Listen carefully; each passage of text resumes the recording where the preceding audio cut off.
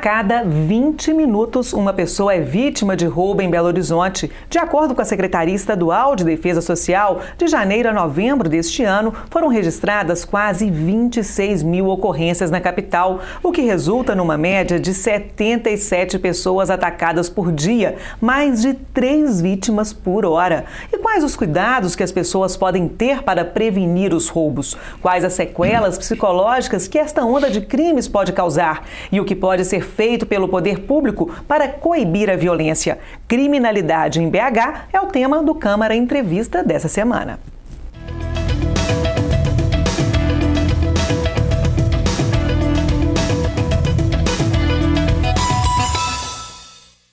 De acordo com a Polícia Militar de Minas Gerais, o número de pedestres que circulam no hipercentro de Belo Horizonte deve crescer 30% neste fim de ano. A consequência, segundo a Secretaria Estadual de Defesa Social, é que com esse maior movimento de pessoas nas ruas da capital, haja um aumento de 40% na criminalidade. Eu vou conversar com o comandante da 6ª Companhia do 1º Batalhão da Polícia Militar, Major Gedi Rocha. Olá, Major. Muito obrigada pela presença aqui no Câmara Entrevista. Obrigado pela oportunidade. Então, Major, quais são os crimes mais comuns praticados hoje aí nas ruas de Belo Horizonte? O que a gente verifica que incomoda principalmente a população são os furtos e os roubos, principalmente celulares, bijuterias, que são peças que são furtadas e podem ser utilizadas principalmente na troca de drogas e etc. E os pedestres são os principais alvos? A gente... Inclusive nesse período agora, que é período natalino, a gente pede muita cautela e a prudência das pessoas, né? Eu que estou comandando o centro da cidade, um local que 1.700.000 pessoas circulam, a gente vê que muitas vezes a pessoa dá oportunidade ao criminoso. A gente não pode em momento algum julgar a comunidade, né? Julgar a responsabilidade para a sociedade, mas a gente acredita que se ela tomar algumas cautelas e algumas prudências assim simples, como colocar a bolsa na frente, evitar de andar com correntinha, com relógio mostrando, quando for atender o celular, procurar um local mais reservado, ou então que ela possa visualizar quem está próximo, ela com certeza vai deixar de ser vítima desses crimes. São dicas importantes, né? Ô Major, agora o senhor falou sobre esse movimento grande, né? No hipercentro aí da capital, onde o senhor atua. E realmente, né, já é grande o movimento, e nessa época do ano aumenta ainda mais, né? Como a gente colocou anteriormente, por causa do Natal, Réveillon, muita gente fazendo compras. Então aumenta o número de pedestres, cerca de 30%, e com isso também a criminalidade aumenta. Não é? Vocês estão, inclusive, com a Operação Natalina. Como é que tem sido esse trabalho? É até bom a gente falar isso, porque nesse período especificamente, a criminalidade, a tendência natural dela é diminuir, porque a gente tem um reforço de policiamento muito grande. Nós temos uma média de 800 policiais que vão ser deslocados principalmente para o hipercentro. Então a gente conta com a cavalaria, batalhão de trânsito, batalhão de eventos, a gente conta com a academia de polícia militar e a gente conta com o que a gente chama de batalhão metrópole, que são as administrações dos batalhões. É muito importante a gente tentar, inclusive, desvirtuar um pouco dessa ideia do centro da cidade, né? Eu estou no centro, comandando o centro da cidade desde janeiro. E tem aquela lenda assim, a Praça 7 vende arma 24 horas por dia. E a gente vê isso que não existe, né? A Praça 7 é a única região de Belo Horizonte que tem um policiamento 24 horas por dia. Nós somos um trabalho, inclusive, integrado junto à Polícia Civil, que também criou um posto de observação e atendimento à comunidade também na Praça 7. Então é muito importante a gente mostrar para a sociedade que ela pode ir ao centro, né? Nós tivemos um caso agora, recentemente, com a pessoa que falou que foi vítima de sequestro. Quando se falou que era o centro, realmente criou-se uma realidade, depois a gente viu que aquilo nem existiu, o crime realmente que ela citou. Então nós temos essa garantia que nós estamos dando à sociedade, que ela pode ter a certeza que o centro hoje está realmente preparado para receber as pessoas que vão fazer as compras nesse período. Olha que bom, né? Que essa estimativa então da Secretaria de Defesa Social não se concretize, com né? Toda de que certeza, aumente aí 40%. E é uma garantia que eu, como comandante, posso dar à sociedade, que com toda certeza nós vamos diminuir a violência nesse período de Natal. E é uma operação que vai continuar também depois no início do ano, né? Com a operação Férias Seguras. São duas operações conjuntas, tanto a Operação Natalina, depois a Férias Segura, que vai até o início de fevereiro. Sim, e a saidinha de banco, o Major, é muito comum também, não só nessa época do ano, né, mas de uma forma geral, assim, porque o que a gente vê é principalmente os idosos como alvo, né? Nós começamos a fazer um trabalho que a gente chama até de GESP focal, que foi levantado as regiões onde que os crimes estavam acontecendo com mais rotina, e a gente começou a fazer um trabalho em conjunto, tanto com os próprios estabelecimentos bancários e a orientação à comunidade. Uma sugestão que a gente dá quando a pessoa vai sacar o dinheiro, que ela procure um estabelecimento bancário que possa dar para ela uma certa segurança. O que a gente verifica, muitas vezes a pessoa está sacando um dinheiro e ela nem observa que o vidro que está supostamente protegendo ela é um vidro transparente, ou seja, quem está do lado de fora tá vendo tudo. Então a gente pede muito, principalmente aos idosos, se houver a possibilidade de levar uma pessoa para acompanhá-lo. Se não houver, em momento algum, solicite ou passe informações para pessoas que não são identificadas. Então, o banco tem lá o funcionário devidamente identificado, um crachá. Se você tiver alguma dúvida, procure essa pessoa quando você for sacar no caixa 24 horas. Ou então procure sacar o dinheiro dentro do caixa pessoal realmente que exista lá dentro. E quando for sair do estabelecimento bancário, se houver a possibilidade de distribuir o dinheiro nos bolsos, se houver a possibilidade de fazer transferências bancárias, ao contrário de sair com o dinheiro, e vendo qualquer movimentação estranha, sendo perseguido, acionar a Polícia Militar o mais rápido possível. A gente está falando sobre idosos, né? Eles são realmente os principais alvos? Eles são os alvos principalmente no período que a gente achava que eles recebem o vencimento. Tanto que a gente há um reforço do policiamento, que a gente já sabe os períodos, né? Eles receberam, por exemplo, no final de novembro, 13º, no início desse mês eles receberam o pagamento de dezembro, então sempre a gente reforça o policiamento e até orienta eles entregando dicas de orientação. Sim. E em relação ao perfil dos criminosos, ô Major, muitos são adolescentes, assim, dá para descrever esse perfil? Eu acredito que nós estamos passando por uma mudança muito grande da sociedade, né? A própria questão da impunidade que a gente discute muito, a sociedade ela está ficando muito descrente do sistema de segurança justamente disso. Por causa da impunidade, então, né? quando se pergunta, por exemplo, a sociedade confia no trabalho da polícia, muitas vezes ela não confia e muitas vezes não denuncia porque ela não vê a punição rapidamente. Então, existe hoje, principalmente os adolescentes envolvidos em tráfico em droga, né, o crack, tanto que hoje nós estamos conseguindo vencer ou trabalhar com mais objetividade, que tirou-se aquela ideia de que droga tem que ser combatida só pela polícia, ela tem que envolver a questão da saúde, tem que envolver a questão da família, tem que envolver a questão da própria sociedade. Então eu acho que a gente está no caminho certo e com certeza, intensificando a questão da Polícia Militar, da presença da Polícia Militar, a investigação da Polícia Civil, que hoje já tem um trabalho integrado aqui em Minas, o próprio comando ali fica no centro da cidade, né? Comando do Policiamento da Capital, comando da Polícia Civil, trabalham junto e estamos trabalhando integrado nesse sentido. E a Prefeitura e o Governo do Estado entrando na questão da saúde, de preocupar e tentar tirar esses jovens que muitas vezes cometem esses crimes simples, que é o furto, que pega seu celular e vende para pegar a droga dele, né? Que arromba seu carro para pegar o som para alimentar a droga dele. Então, se a gente não trabalhar em conjunto, a gente não vai conseguir combater. É realmente fundamental esse trabalho integrado, né? Agora, as câmeras de segurança, de monitoramento, auxiliam? Onde elas estão instaladas, a criminalidade é menor? Elas auxiliam muito porque, primeiro, ela atinge uma distância muito grande. E ao contrário da gente colocar um policial, uma pessoa observando, ela consegue observar uma média de 9 câmeras. Então você tem uma ampliação da presença da polícia, porque observa e tem um contato direto com o policial que está na rua. Então os locais onde que são colocadas as câmeras, a tendência é a diminuição de 80% a 100% dos crimes. Para a gente finalizar, ô Major, que dicas que você deixa aí? Por exemplo, quem for assaltar deve reagir, deve entregar, ou deve nem entregar tudo? Qual que é a dica para a gente finalizar? E você tem um disco de denúncia também, né? Que a pessoa pode entrar em contato. A gente fala que nunca reage. A sua vida vale muito mais. A sugestão e o que a gente pode falar no momento desse, no momento de crise, é tentar observar o maior número de características do criminoso e acionar a polícia o mais rápido possível. E caso você queira denunciar, nós temos o Disque Denúncia, onde a pessoa não é identificada, porque a gente sabe que a sua informação vale muito mais do que quem você é. Então pode ligar através do 181, você não é identificado, mas essas informações são passadas tanto para a Polícia Militar quanto a Polícia Civil e a gente pode fazer um planejamento e até prender aquelas pessoas que você está denunciando. Ok, Major, muito obrigada, viu, pela sua presença aqui e pelos esclarecimentos.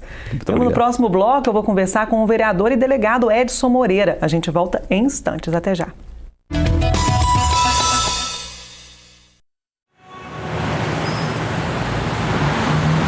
Ei, Você não acha perigoso atravessar a rua aqui? É que eu tô com pressa. Ande mais um pouquinho até a faixa. Lá é muito mais seguro. Todos os dias, 8 pessoas são atropeladas em BH. Mas a gente pode mudar essa triste estatística. Atravesse sempre na faixa. Aguarde o verde e não se distraia com o celular. Pedestre, eu respeito. Apoio TV Câmara BH. Assuntos importantes para a cidade entram em discussão no Câmara Debate. Toda semana, o jornalista Kemio Assib recebe vereadores e convidados especiais para trocar ideias sobre temas relevantes para a cidade de Belo Horizonte.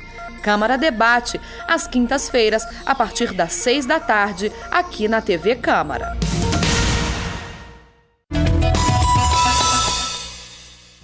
Estamos de volta, hoje falando sobre a criminalidade em Belo Horizonte. Neste bloco eu vou conversar com o vereador e delegado Edson Moreira, que tem uma longa trajetória na Polícia Civil e tem como principal foco de trabalho aqui na Casa Legislativa a defesa da bandeira da segurança pública. Olá, vereador, muito obrigada pela presença aqui no nosso programa. Eu que agradeço, eu também tenho uma longa vivência na Polícia Militar também, fiquei 10 anos na Polícia Militar. Também aumenta, né, a sua experiência na Polícia Militar e na Polícia Civil, né, vereador? Fui 10 anos na Polícia Militar, depois eu fiquei 23 anos na Polícia Civil. É, interessante. Agora, né, como a gente colocou, né, o senhor realmente tem essa preocupação, né, essa bandeira de defender justamente a segurança pública aqui na capital. O que pode, vereador, e deve ser feito, né, pelo poder público para coibir justamente essa violência, essa onda de crimes que cada vez aumenta mais? São vários fatos que tem, são várias frentes que tem que ser tomadas, né? Mas eu acho que as duas principais seriam um investimento maior nas polícias, né? Tanto na militar quanto na civil. Entendo até pôr a Guarda Municipal para auxiliar a Polícia Militar no policiamento ostensivo preventivo, tendo em vista os grandes encargos e os grandes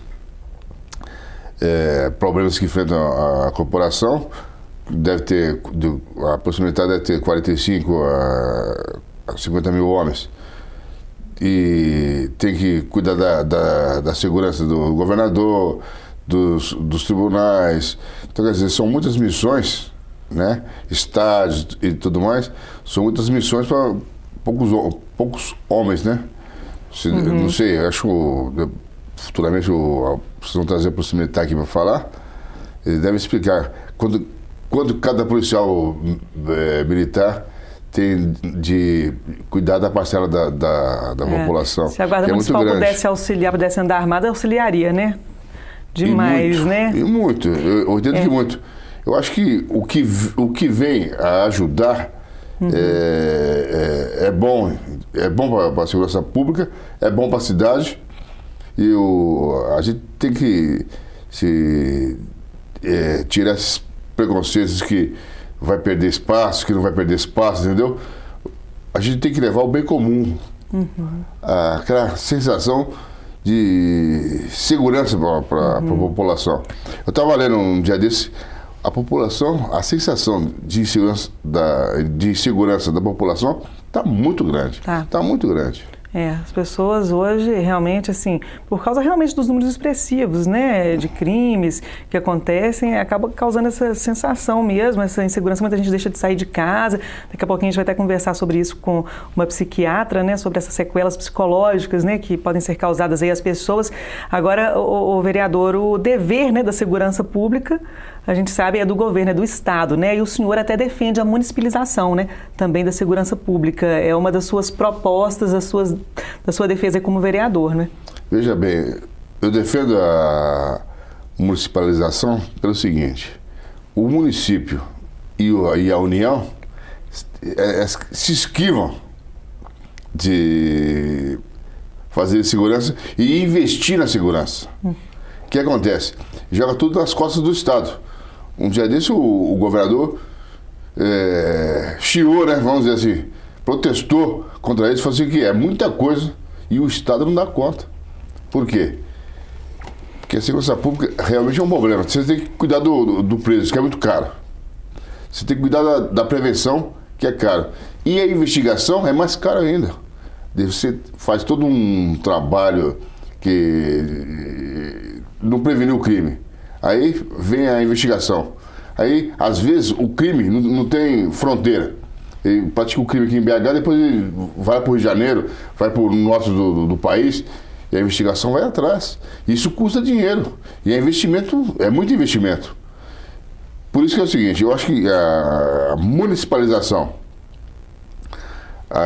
como é em outros países, o combate seria mais imediato, a prevenção seria mais intensa e o guarda, vamos dizer assim, o policial estaria mais próximo da população e chegaria mais rápido ao local de ocorrência. Sim. Agora, vereador, a droga muitas vezes é a causadora de tanta violência, de tanta criminalidade? 90 a 95% dos crimes violentos é em razão do tráfico ou do uso da droga. A briga pelos pontos, a busca do viciado, que muitas vezes não tem condições financeiras, o que acontece? Eles partem para o roubo, eles partem para o furto, as residências. Agora, nesse final de ano, os bandidos, os criminosos também querem 13º. Então, a intensificação dos roubos, dos assaltos. E depois o pessoal vai viajar agora, depois do Natal, vão crescer os furtos a residências. Quer dizer, vem um crescente e sempre tem uma coisa no meio. Se o criminoso não usou para cometer o crime, ele está cometendo o crime para pegar a verba para comprar a droga para saciar o seu vício. Sustentar o vício. Porque é o seguinte, ele não tem como sustentar, e ele não tem aquele, vamos dizer assim, como a classe média, a classe alta, que realmente é que sustenta o vício na sua maioria. Aí, o traficante, os pequenos traficantes vão brigar pelos pontos, aí vão aumentar os crimes contra a vida, aí o traficante, que o ladrão não pode roubar perto da favela, que o traficante que espanta, levar a polícia para lá, espanta a freguesia, e por aí, Vira uma bola de neve, né? Fica essa simbiose ciclo, criminosa, né? O vereador, inclusive, nós vamos acompanhar agora como foi uma audiência pública solicitada pelo senhor que discutiu o aumento da violência na região do bairro Lagoinha e do conjunto IAPI, a presença de usuários de crack e traficantes, além do aumento de crimes como assaltos e arrombamentos, foram pontos de debate na reunião. O vereador Edson Moreira, que requereu audiência pública, apresentou dados sobre a criminalidade em Minas e na capital. Os casos de latrocínio registrados no país até o fim de outubro cresceram 16%. No mesmo período, só em Minas Gerais, o aumento de ocorrências de roubo seguido de morte foi de 41%. Em comparação com o ano de 2012, o tráfico de drogas cresceu 17%. Os casos de posse de drogas também aumentaram em relação ao ano passado em 5%. Um cenário que nem mesmo o orçamento de 7 bilhões e meio de reais que foram investidos em segurança no estado neste ano conseguiu melhorar. Em Belo Horizonte, o aumento da violência e a presença de usuários de crack e traficantes na região do bairro Lagoinha e no conjunto IAPI, na região noroeste da capital, preocupam os vereadores. Gente fazendo tráfico de votos, usando droga, tendo até relações sexuais nessa área, onde ficou uma situação insuportável os moradores. Nós somos 5.400 moradores. Durante os debates, foi unânime a indicação de que somente o trabalho conjunto entre a Polícia Militar, o Judiciário e o Poder Público Municipal é capaz de mudar a realidade da região. Educação e saúde. Não é chegar na polícia, não, porque eu sou contra, por exemplo, o usuário ser tratado igual traficante, isso é um absurdo. A Polícia Militar, no entanto, afirmou que muitas vezes as ações são limitadas por causa das dificuldades de recolher moradores de rua e usuários de drogas. A pessoa que abordada em situação suspeita, se ela estiver no cometimento de um crime, uma situação de flagrante, ele é preso e conduzido. Nós temos que fazer nosso papel. O que a gente não pode é ficar desestimulado de não cumprir o nosso papel porque o outro não está cumprindo efetivamente o dele. Foi isso que eu percebi hoje aqui, que as instituições estão desestimuladas em razão da ineficácia das políticas de prevenção. Aí, vereador, concorda com essa juíza de direito? Há um jogo de empurra e essa ineficácia de políticas de prevenção? A doutora Valéria é muito experiente nessa área principalmente com relação ao menor, né? Porque não é que há uma falta de investimento, mas sim que a União e os municípios estão se esquivando, como eu falei anteriormente, e jogando tudo nas costas do Estado. Aí fica muito pesado e oneroso para o Estado fazer toda essa prevenção e repressão ao mesmo tempo ao crime. E depois de tudo, ainda tem que tomar conta do preso. Que também sai caro. Cada preso, cada menor, custa em média R$1.500 a R$2.000 para o Estado. O senhor falou aí sobre menor, né? Queria saber até a opinião, já acompanhei o senhor falando sobre esse assunto, a questão da maioridade, né? Da redução da maioridade, porque o que a gente percebe muitas vezes hoje é uma impunidade, né, vereador? Até queria saber a sua opinião sobre isso também, se a impunidade pode contribuir para essa onda crescente realmente aí de criminalidade e a questão do menor, sabe, assim, dessa maioridade, deveria haver uma redução na maioridade penal. Quando fizeram o estatuto do menor, a 8606, eles tentaram 8060, parece, né? Eles tentaram pôr o menor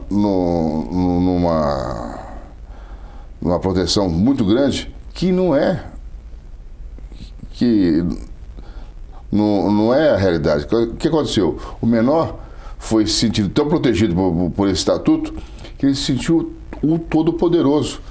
Quer dizer, a punição não chega a esse menor. Agora que essa geração está cometendo os crimes, os mais violentos, estão zombando de toda a sociedade, zombam da polícia, enfrentam a polícia militar e a polícia civil e saem rindo todo mundo. Por quê? Não tem lugar locais para reeducá-los, os pais não dão conta deles e eles, como usuários de drogas e sentindo essa impunidade toda, eles estão matando, sabem que não vão para a cadeia e fica esse crescente. A polícia militar leva para a delegacia, chama os pais, devolve, não dá conta, volta para a criminalidade. E às vezes adolescente com 17 anos, próximo aí a completar 18, né? Assim, Até uma hora antes estão matando. Depois eles...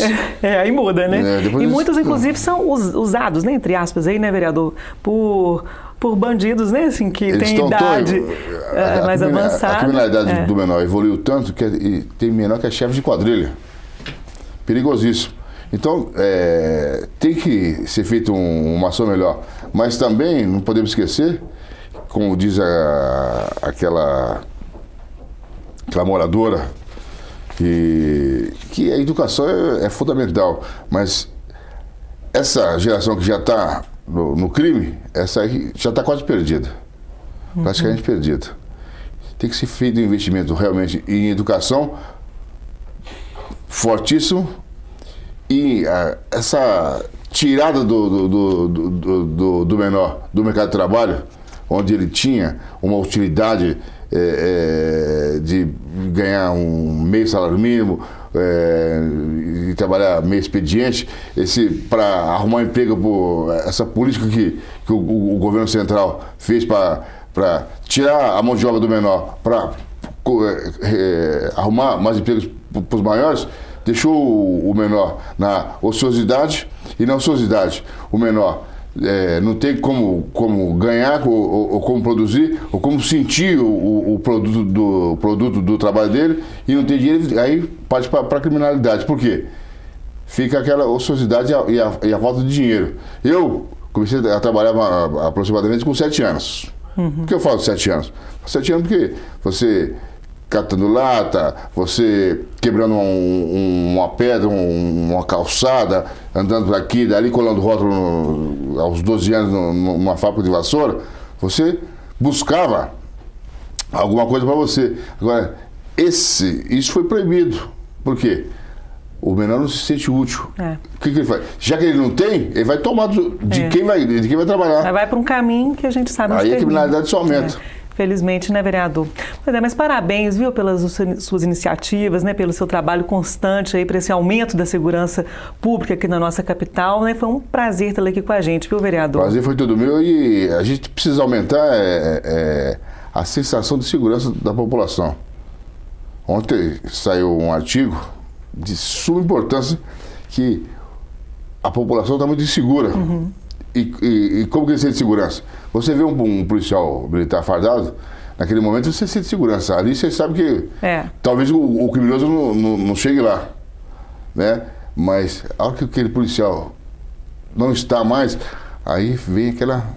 Escureceu, o pessoal fica com medo. Então precisa voltar essa sensação de segurança e o respeito do criminoso pelas leis, e isso aí só com punição rigorosa. E ele realmente sentir que o Estado está reprimindo ele. Senão, vai continuar na mesma, vai ficar como diz a gíria policial, enxugando gelo ad eterno. Felizmente, né, vereador? Mais uma vez, muito obrigada, viu? Parabéns pelas iniciativas, pelo trabalho.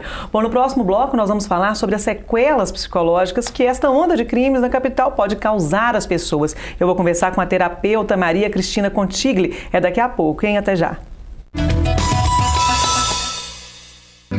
O que você vai fazer neste Natal? Uma viagem, uma comemoração em família, uma ceia especial? O Natal é mais que isso. Ele está na bondade dos seus atos. Então, o que você vai fazer pelo próximo neste Natal? Quer uma dica? A solidariedade é o melhor presente. Doe agora.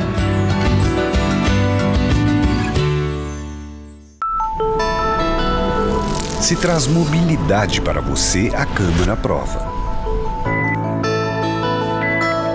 Se traz benefícios para a população, a Câmara aprova.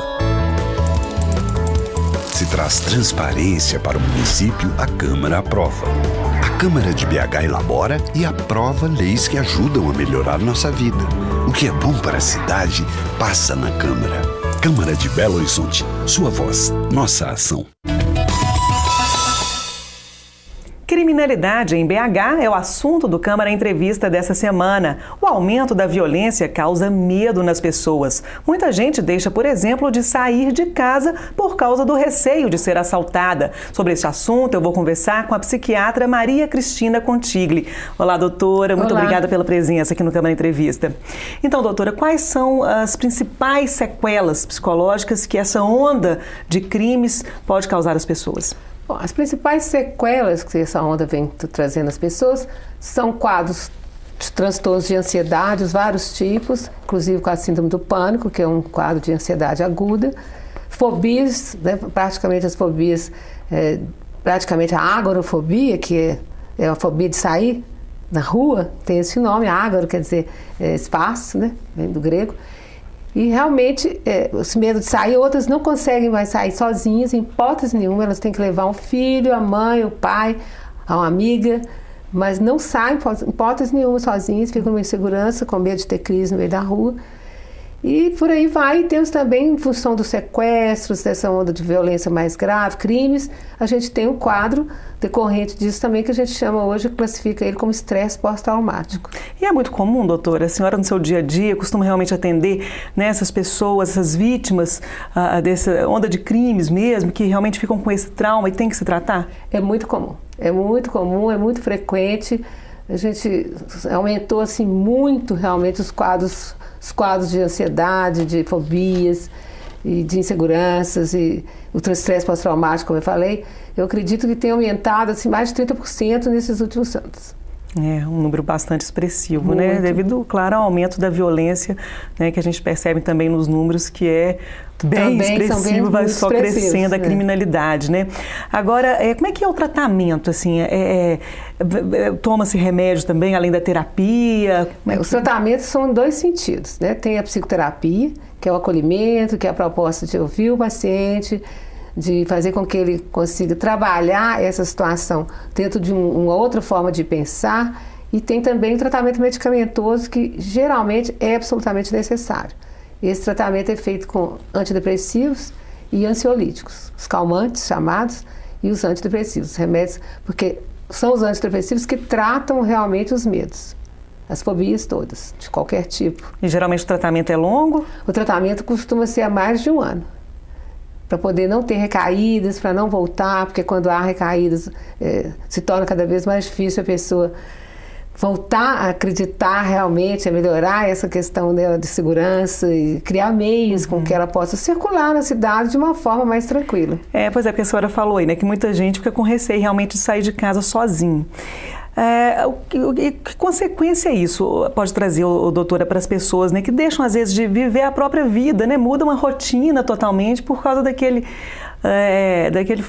situação que passou, presenciou, né? Às vezes a pessoa nem passou, mas viu, né? A primeira consequência, eu acho que além de viver num estado de ansiedade, de hipervigilância, que já é uma coisa muito ruim, quer dizer, ela fica quase que num quadro de estresse constante. O estresse não é uma palavra vazia, o estresse é uma doença que afeta vários órgãos.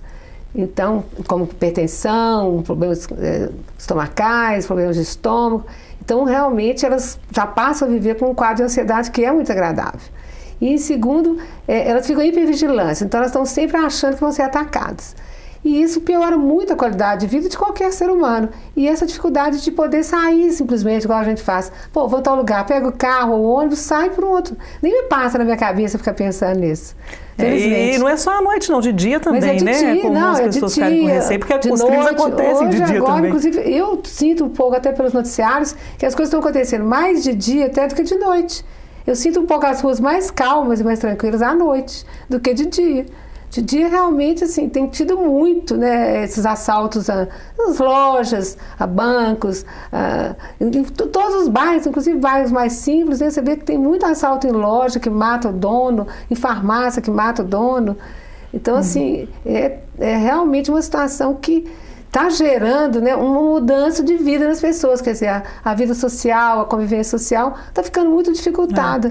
E interfere também totalmente na criação dos filhos. Exatamente, os filhos hoje, né, eles já crescem dentro dessa cultura do medo, dessa cultura, né, do tome cuidado. Então, assim, já crescem, eu brinco hoje que os filhos hoje são filhos cangurus, as mães e os pais carregam eles até uns 20 e tantos anos, porque até para a faculdade eles vão de van, voltam de van, não pegam nem ônibus, não são estimulados a aprender a circular na cidade, aprender a andar na cidade. Felizmente, eu sou de uma época que com 4 anos eu ia para o jardim sozinha. Não, e isso acaba interferindo, doutora, assim, também na socialização da criança, na independência, não só da criança, né, do adolescente. Muito. Pode causar sérias consequências assim, no futuro? Muito, porque hoje o que você mais vê é adolescentes que não sabem andar na cidade. Eu tenho adolescentes que tratam comigo de 19, 20 anos que a mãe tem que levar ao consultório. Eu falei, mas por que você não pega o ônibus e não vem sozinho? Porque eu sempre estimulo que a pessoa se torne independente, claro. Mas eles falam, não, eu não sei andar na cidade, eu não sei onde que pega ônibus, eu tenho medo de chegar ao ônibus. Eu falei, mas são 2 horas da tarde, que medo é esse? Eu já marco horários assim, pleno dia, horários que tem movimento nas ruas. Mesmo assim, é uma coisa muito frequente atualmente. Então, adolescentes que não sabem andar na cidade, mas não conhecem a cidade que moram, não sabem pegar ônibus. O que eu acho isso é uma perda de liberdade para mim, é quase que você fica prisioneiro da sua própria casa.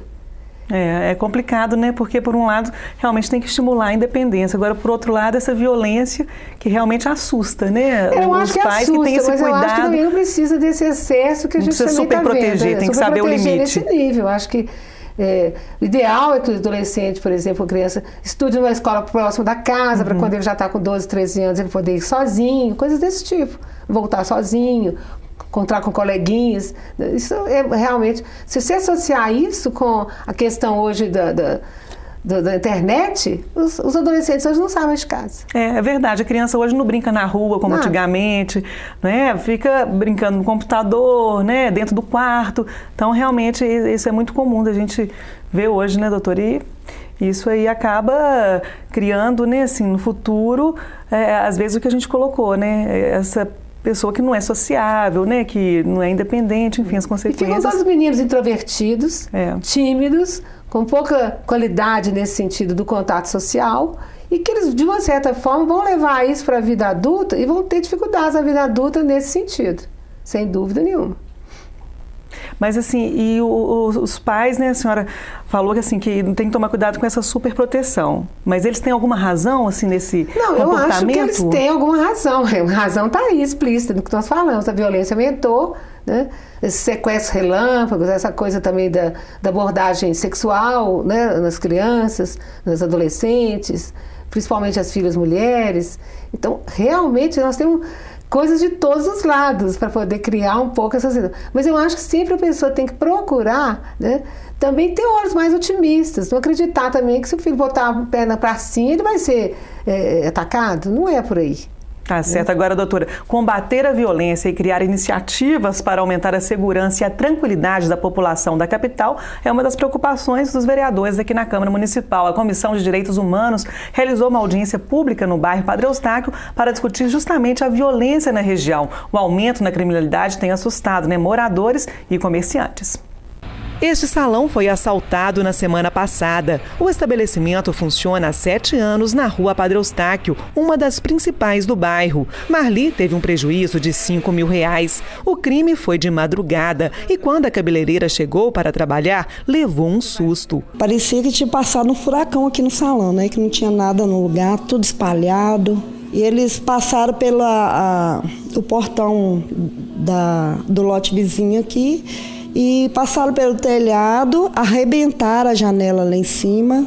Nossa, estou apavorada. O número de assaltos e roubos no bairro causa uma sensação de insegurança cada vez maior em quem trabalha, frequenta ou mora na região. Eu trago meu menino que ele faz catecismo aqui na igreja de Padre Eustáquio e tenho observado que a violência está muito grande. Tentaram tomar o tênis dele, o celular, e sempre a gente está ouvindo alguma coisa em relação à violência aqui no bairro Padre Eustáquio. Esta joalheria foi assaltada no mês passado e o dono do estabelecimento foi assassinado em plena luz do dia. O fato chocou os moradores, comerciantes e frequentadores da região.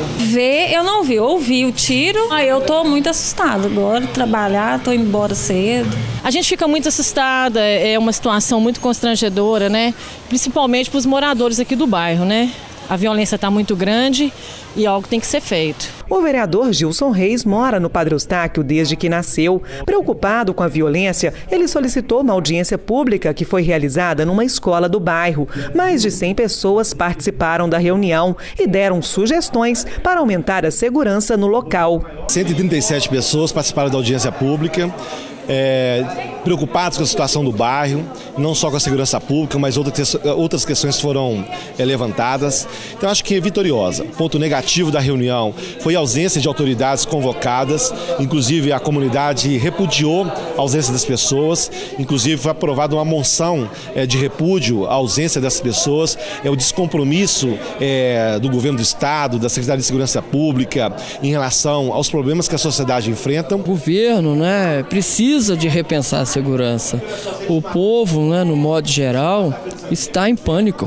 A Polícia Militar não tem dado conta, né, de dar proteção que tem que ser dada, né? Isso é um direito constituído, né? A prefeitura garantiu que vai tomar medidas para diminuir a violência no bairro. A iluminação será reforçada e câmeras de vídeo monitoramento poderão ser instaladas em pontos estratégicos da região. Então a gente acredita que ações da prefeitura, né, como melhoria de iluminação pública em alguns pontos em que a população reivindica, que realmente a gente entende que podemos melhorar e ampliando uma rede de vídeo de monitoramento, nós estaremos dando uma contribuição para um sentimento de uma segurança melhor e contribuindo para que nós possamos progressivamente dar à população mais tranquilidade. Doutora, é isso que a população quer, né? Não só do bairro Padre Eustáquio, como de todos os outros bairros aí da cidade, tranquilidade, né? E a gente viu ali as pessoas dizendo realmente estarem apavoradas, né? Com a onda de crimes, com a violência, a mãe que tem que levar o filho no catecismo porque tem medo dele voltar sozinha, aí entra nisso que a gente falou, né? Essa exatamente. Super proteção até desse você ir temor. uma igreja, que ela provavelmente mora próxima à igreja, para ir ao catecismo, uma situação que deve ser um menino em torno de... Adolescente? Não, de entrando anos, na adolescência, Ela precisa, coisa que poderia ser feita naturalmente, ele poderia ir e voltar, porque eu acho que esse trajeto pequeno ele poderia conhecer e ficar seguro, ele fica completamente inseguro, porque uma vez que ele foi roubar o tênis, roubar o celular, ele já já fica naquele quadro de ansiedade que eu chamo de hipervigilância. Ele já vai com um certo medo.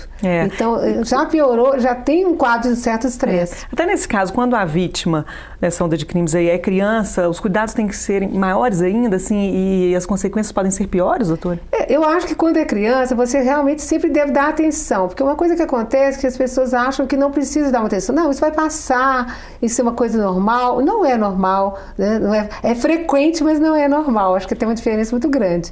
E ele deve ter atendido, entendeu? Ele deve ser orientado, a mãe deveria pedir uma orientação a um psicólogo, levá-lo talvez um psiquiatra da infância e adolescência, para conversar com ele, para ver exatamente como orientar. Né? Ficar atenta às atitudes da criança. Às vezes, com algumas ludoterapias, algumas coisas nesse sentido, facilita muito mais a rapidez que esse paciente venha a não ter traumas no futuro, porque os traumas da infância, se eles não forem bem cuidados, eles geram um adulto problemático. Agora, doutora, qual que é a orientação em relação a se falar ou não do assunto, né, do que passou ali? Seja criança ou adulto, é bom pôr para fora, falar ou não? É melhor, às vezes, Não, eu acho que é muito bom falar, até porque é quase impossível você não falar. Você vê que qualquer pessoa que sofre um acidente de carro, por exemplo, ele conta aquele acidente inúmeras vezes, mesmo que tenha sido, né, uma coisa que não foi atacada de fora, mas quando ele sofre alguma coisa assim impactante, ele fala aquilo com todo mundo que chega, ele reconta a história, reconta de novo. E isso é uma forma da pessoa ir, de uma certa forma, abrandando aquela situação de ansiedade, e até que ele esgota aquela necessidade de falar, já é um primeiro passo, que ele já começa a se tranquilizar, a entender que ele está vivo, que ele sobreviveu, e que a vida continua, e que a vida é um contínuo, porque você não pode encaixotá-la, né? Ela é um contínuo. Então, é muito bom falar disso, e é muito bom que as pessoas ouçam e ajudem aquela pessoa. Não, isso vai passar, entendeu? Como se ele ficar muito sem dormir, ter sintomas, porque aí nós estamos falando só do fato, mas geralmente as pessoas desenvolvem alguns sintomas, né? Como dificuldade para conciliar o sono, como realmente o medo de sair sozinho, fica assim, muito apurado nesse sentido, ele tenta, mas ele não consegue, ele entra numa crise quase de pânico para sair inicialmente, ele fica recluso. Então, assim, temos que tratar esses sintomas, por isso que é importante dar atenção. Ah, sim. Doutora, existe alguma maneira assim, da pessoa se prevenir psicologicamente, assim, não ficar com trauma, né? Assim, até para a gente finalizar aqui a nossa entrevista, nosso bate-papo, que conselhos, né, assim, que você pode dar para quem está nos assistindo, justamente para poder evitar, né, passar por isso, já que a gente sabe, infelizmente, né, essa onda de crimes existe, está aí, né, e todos nós estamos sujeitos a isso. Hoje, na verdade, tem sido muito falado, até algumas reportagens recentes que eu vi nas revistas semanais e tal, que é essa questão de você se fortalecer emocionalmente, que eles estão dando o nome hoje de resiliência, são as pessoas que passam por traumas sem quase nenhum problema, e outras pessoas com pequenos traumas, elas ficam completamente doentes, que eles chamam de resiliência, que é a capacidade de suportar as frustrações, os traumas. Então, eu acho que a capacidade, ela tem que ser exatamente cuidada desde pequena, tendo você educa um filho, se ele cai, se você realmente conforta ele, mas não cria aquela situação, não, o que vai acontecer e tal, né? Se você, desde pequeno, você trabalha essas situações de pequenos acidentes, de frustrações, de uma forma positiva, de uma forma que você cria nele a possibilidade de falar, não, tudo passou, né, você esperou isso tudo, vamos para frente. Essa criança vai se tornar um adolescente também mais calmo diante de situações, né, vamos dizer, de ansiedade, que você vê isso até numa situação de multidão. Tem pessoas que já entram, né, elas caem, são massacradas, e muitas das pessoas correm, pulam, elas têm muita capacidade de sair daquela situação. Então, nesse sentido, é muito importante que você sempre estimule a independência, a resolução dos problemas pela própria criança, pelo próprio adolescente e também no adulto. Isso é uma forma de você se tornar mais fortalecido para enfrentar as frustrações da vida, que fatalmente vão existir. Com certeza. Fica aí, então, a dica. Muito obrigada, viu, doutora, obrigada, pela sua presença aqui, pelos esclarecimentos. Muito obrigada. Foi um prazer tê-la aqui com a gente. Muito obrigada a você aí de casa que nos acompanhou. O Câmara Entrevista fica por aqui. Até o nosso próximo encontro.